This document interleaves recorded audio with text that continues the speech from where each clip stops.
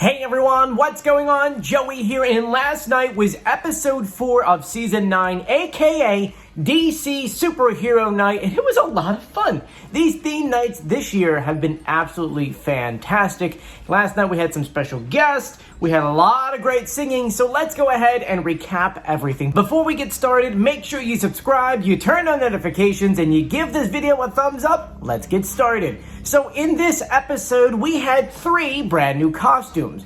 Gargoyle, Squirrel, and Wolf, and they all performed. It was so much fun. We had Zach Levi stop by, Helen Mirren. I mean, technically, they weren't physically there. They did a video clue, and that was about it. But still, it was a lot of fun. You had our boy Ken dressed up as Riddle. I still think it's such a funny costume. You had Nicole dressed up as Catwoman. I said Batwoman. I don't know why that. Robin was dressed up as Robin, the cartoon version, which is so funny because I haven't seen them in a while. And then our girl Jenny was dressed up as Harley Quinn. She did I like her outfit a lot. Honestly, it was a really, really cool outfit. Nick, though, I think that was the #1 question you guys have been asking me throughout the entire show. What kind of costume was Nick Cannon wearing? And to be honest with you, I have no idea. I was Googling things like, who could this be? What DC comic character had this, had that? I still have no idea what character he was trying to be. So if you know, please let me know in the comment section. Anyway, back to the show. The 3 of them performed. They did such a great job. But in the end, the first person to be revealed was the Wolf. And it's funny because for the Masked Singer pre-show live stream, you guys all said it was this person. All of you guys did. And it's so interesting because by that point, the only clues we had for him was like 4 emojis, like fireworks and, lightning, or not really lightning, stars and things like that.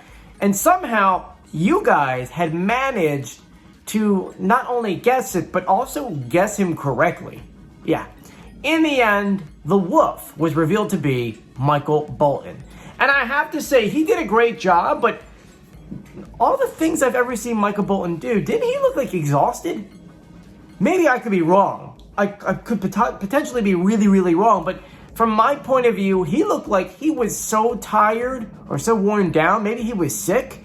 I have no idea. Still did a great job, but still, I don't know. I guess I maybe expected him just to do better on the show. I don't know. You let me know in the comment section. So, what did that mean? It meant that the Gargoyle and the Squirrel were going head-to-head to see who's going to make it. In the end, the Squirrel had won the night. Now, just because you won the night doesn't mean you won the whole thing. It just means you go on to the next episode. Well, it was time to then reveal who was under the mask of the Gargoyle. And as they're doing it, our girl Jenny was like, I can't. I like this character too much. I can't. She got up with her baseball bat and rang the bell. What did that mean? It meant that our boy was going to go to episode 10 and meet up with Medusa, where he's going to compete with her to see if they can get one more slot for the finale. Kind of cool. But this meant that we have clues. We got clues for 2 characters, so let's go over what we know. Plus, we also have the pitch correct audio. Starting off with the Gargoyle. He said, from the time I was 6, I pretty much knew I wanted to be a superhero. But while my peers all seemed to fly, I was always stuck on the sideline. Sideline, we're talking sports. 6, maybe did sports as a kid. Until my dad gave me a piece of advice. So his dad gave him advice. Maybe his dad was a former coach. Don't ever let anyone tell you you can't do something. He made me believe I could do anything, and it became my superpower. It became my superpower. So when the call finally came for a hero, I put my cape on and shocked millions on how hard I slay. Seems like this person was drafted in high school to play this sport. Now, we did have a lot of visual clues. It said I love LA on a jukebox. Dad advice. We saw video games, Xbox. We saw tacos and hot sauce. Water and a credit card. Water, I'm telling you, it's a sports guy. Then we had Zachary Levi come out with Helen Mirren and gave us another clue, which was record maker. So someone who clearly, whatever sport they're in, they're breaking records. Now we do have pitch correct audio. Let's save the pitch correct audio for the end of the video. Next was the Squirrel, which the Squirrel, I'm torn a little bit here. Because I still believe that Gargoyle performed better than the Squirrel. But that's my honest opinion. At the end of the day, they're both continuing anyway. She said, growing up, I was just your average professional figure skater with Olympic dreams. So someone who maybe up through high school was ice skating. I wanted to be a child psychologist. How do you go from that? From ice skating to psychologist? Side note, my superpower is empathy. Cute, right? But instead, I landed myself in the psycho city of Hollywood. It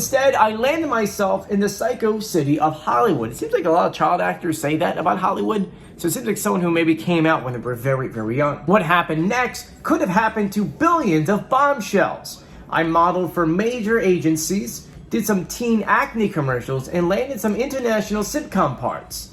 And he even made out with Tom Cruise. There's a lot of clues right there.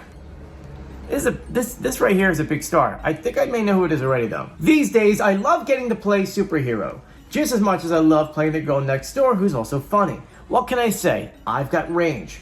So that's pretty much how I ended up here. Visual clues. We saw ice skates. She's clearly an actor. We saw a smiley face. We saw grapes and a castle.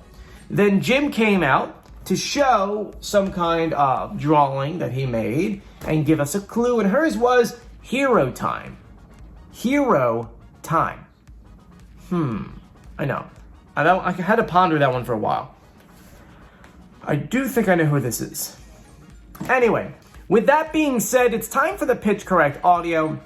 Maybe you've never heard of it before, but every week we get these clue packages, and in those clue packages, it's the real celebrity speaking. But Fox is smart, like, hey guys, we can't let them hear the real voices, because if we do, people are going to recognize them. So what do? They take the audio, they run it through a system that speeds it up, pitches it down, and then they air it. That way you have no idea who it is. Now, I'm an executive audio producer in New York City, where it's my job to make audio sound good, and in the case of The Masked Singer, it is going backwards and making the audio sound normal, and so that's what we do with the audio every week. So I'm going to play the original audio that we have, and then my Pitch Correct audio.